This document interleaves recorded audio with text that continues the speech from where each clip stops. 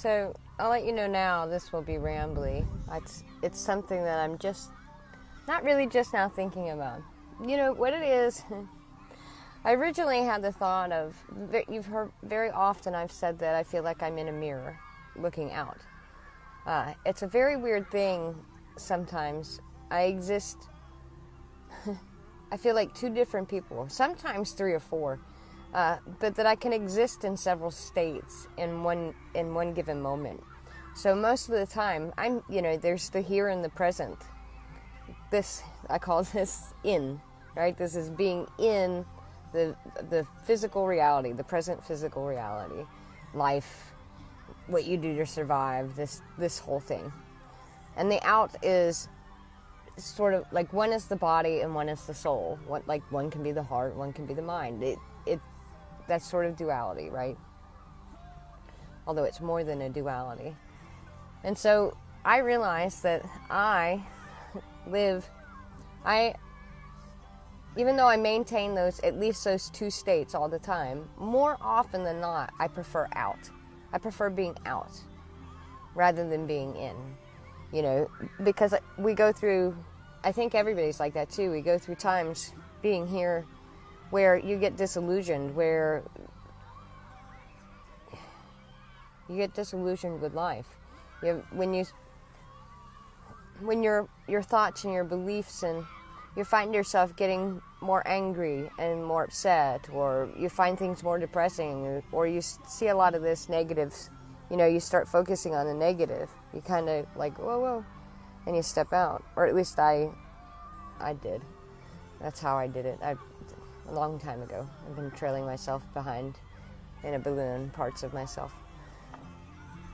And I'm sorry for all the kids playing. They're going to do that right up until 2:30. So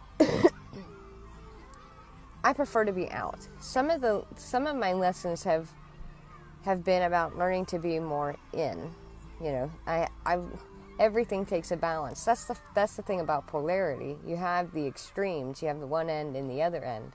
But there's that third point, and that third point is in the middle. It is that balance, the balance of those polarities. I don't even want to say extremes. Extreme seems like a negative word. They're just polar opposites. And so I have to be in. I've been learning how to be in a way that I find leaves me happier, right? So instead of watching the news, this is why I say what you consume matters. So instead of watching the news, and I'm paying very close attention to what I'm consuming in the physical reality, because it has an effect. I want to be genuinely happy. I want to embrace every moment I'm given, like I did when I was 9. I want to. Yes, you can get walked on. Yes, you can get hurt. Yes, it seems naive, and yes, it's a lot of things. But it's also, I'm just so much happier living like that. I'm happier with myself. I'm able to forgive myself. You have to find where your happy spot is, and it's in that place where you can learn to forgive yourself, where you can hold yourself and face those fears. So, and this is rambly. I haven't really. With me, there's congealing. I'm in constant movement. There's constant movement around me, or through me, or in me, whatever.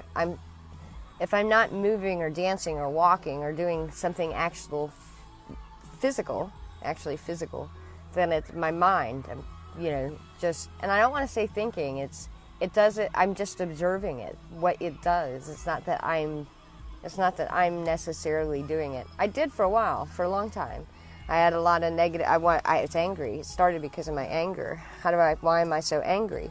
It's this. Well, it's okay. I got so busy looking at all the fruits of the anger, I wasn't looking at the roots. And when I finally by looking at the fruit and following the branches, I finally got to the roots and was able to deal with that. And so I don't necessarily believe in habits, but when you're starting to try to find your own peace, or find yourself, or to be able to forgive yourself, it's a process. I had to stop thinking negatively, so I had to create certain habits. But I consciously created positive habits until they could become enough of a kind of rhythm that I would do it naturally and then revisit it, because I'm always congealing, I'm always moving, I stay in flux, I'm changeable. Water, that's probably why I like water and wind. I don't, that will never stop. That's just a side of me that's never going to stop. I'll always be, not necessarily trying to better myself, but I'm fascinated by everything. There's so much. Not enough time. Never enough time. There's so much. It's like a universe in a flower.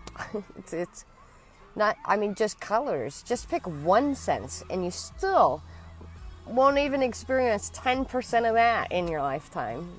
Forget all 5 senses. Forget the fact that what you can see and what you can hear and what you can touch and what you can say and all the different ways we create and different things we have effects on. So I will never, I'll never settle. That's not who I am. I'm learning how to find that balance in life, because in life, I'm always out. I'm always out. It's why it doesn't dawn on me sometimes to check in with my friends. I have to remember to check in with people, because I know that means something to them. I'm the kind of person that, if you need me, then contact me, get a hold of me, but I don't, if you want to spend time with me, then that's great. You want to spend time with me for a week, whatever, or you want to hang out for, you want to be my friend and have semi-regular communication for a year, I kind of leave that up to other people. I don't define that. I figure they'll find me when they need me. But I think that a lot of people see that as kind of heartless. Not heartless, but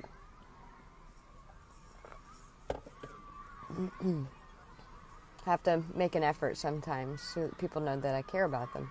Because I do. Very much. But I don't like to impose. There are lots of things people say what they mean. They mean what they say. I take that at face value. If you want to spend time with me, then you'll let me know. I don't do the little checker hopscotch thing, what society says. Well, you can't call, or you have to wait 3 days to call, or whatever. Those things, whatever those are.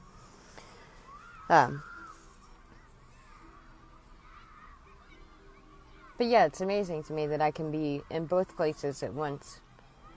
Driving to Carline, I'm driving. I can feel the road through the steering wheel. I feel out handles, where the brakes catch. My posture, everything about just driving the car, the feel of the steering wheel, but also the colors, the cast of light.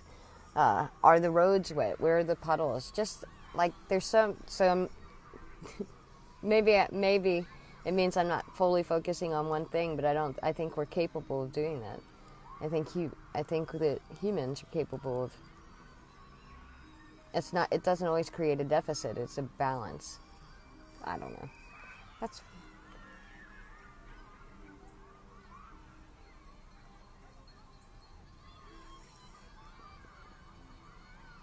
where I'm at.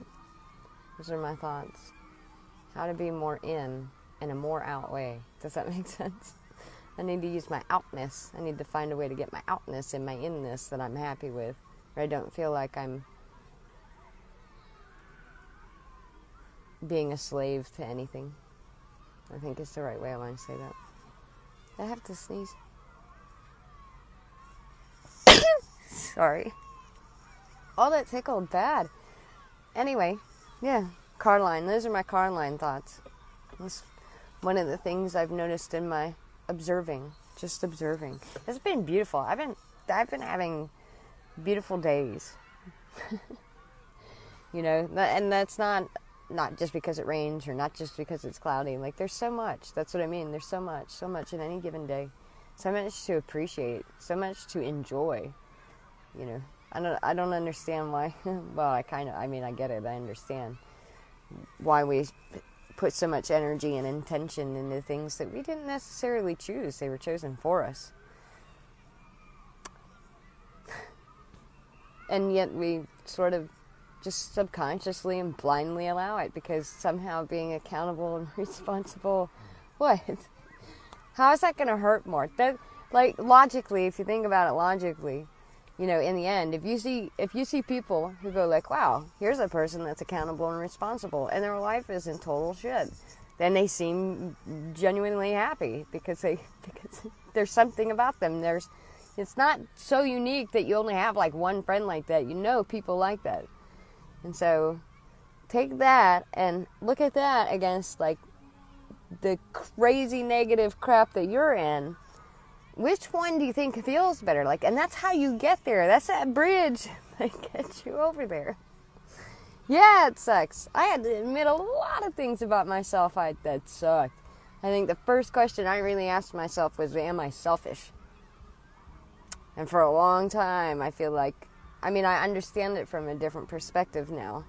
But if I backtrack and talk from my perspective then, yes, very selfish. Very. I can write myself as a horror story or as, you know, an idyllic comedy. It's all about the perspective. Did it mean I was a bad person? No. No, it didn't. It means I made some bad choices, you know, because we're not taught to think anymore. We're not taught to ask questions. We're taught to follow. We're taught to keep the heads down, eyes down. Shut up. Just do what I say. And we get mad about, you know, the shit they want us to get mad about. And not the shit we should be getting mad at. Like, what, banking, right? You have a rubber ball. You have a red rubber ball. Let me hold that ball for you. And you can pay me every time you want to play with it. And you'll pay me a little bit if you want to let somebody else play with it. And you'll pay me a small fee to keep it. I don't know. Yeah, but you know, let's keep fighting them. Let's keep letting them stoke the and stir the pot of, you know, racism, of inequality, minimum wage. I mean, all these things. There are all these things that just keep poking at things. We just let them keep. We keep just, as a society, keep buying into it, keep watching it, and it's not going to change until you stop watching it. Until you say like, oh, enough. I've had enough. You know, every generation. I thought about this too. Every generation has seen a war just about. America, the United States, has only had 2 years since its birth, since the white man came, but we haven't been at war. You know, every generation is, you know, and I get it in the 20s and breadlines and the Depression. I get all that stuff. Survival, you kick in for survival, but at some point. But if you can see, like, if I can look back and see that the last 5 generations, 7 generations of my family, that they've all known war, what does that tell me about now? Well, that's not what I want. I can't necessarily stop the war, but I can stop buying into what feeds the damn thing. I can say, like, I'm going to enjoy my life. I'm going to take a moment to enjoy my life, because generations have proven that that's what humans do. You know, so why not step out of that sometimes and just go like, oh man, check out this, you know, this shit, whatever it is. Check this out. Whatever lights you up, whatever you're passionate about, whatever makes you happy. I don't know. I don't even feel like I didn't even necessarily complete the circle. I don't know if there is no completion. It's congealing. It's constantly in motion. That's what you need to know about me. Oftentimes too, I don't always realize I'm very literal sometimes. Most of the time in now I sort of take things, but my understanding of things is also different. So boy, I just misunderstand most people most of the time. But I'm okay with that. It's fine by me. I've accepted that about me. And that's the thing. There are parts of you that other people don't like or made you feel bad for, right? Parts where you're like, oh, I used to hear all the time, I'm weird. I'm quirky. Or, I can't even remember now, but wants to be the center of attention, you know, such a whatever. I can't remember the word, how you would parse that down. But, and I thought, no, I don't, though. I don't. I can't help that I'm I don't think I'm aggressive, but semi-aggressive. I can go over the things I thought that have been told to me that were negative. Aggressive, selfish, you know, bitch, a lot of things. There were a lot of things. And they are parts of me, but I don't have to see them the way other people see them. They don't have to be to my detriment. They can be to my benefit. You know, sometimes aggression is good. I'm not talking about from my outside perspective. Be aggressive in your healing. Be aggressive with facing yourself. Be aggressive with facing your fears. Like there's a way to apply it. You can take it and use it as a tool. I hope that helps somebody. Any of this, if you even made it this far, and I'm going to end this now because I can see that it's at 15 minutes. But there you go. There's some fat to chew on.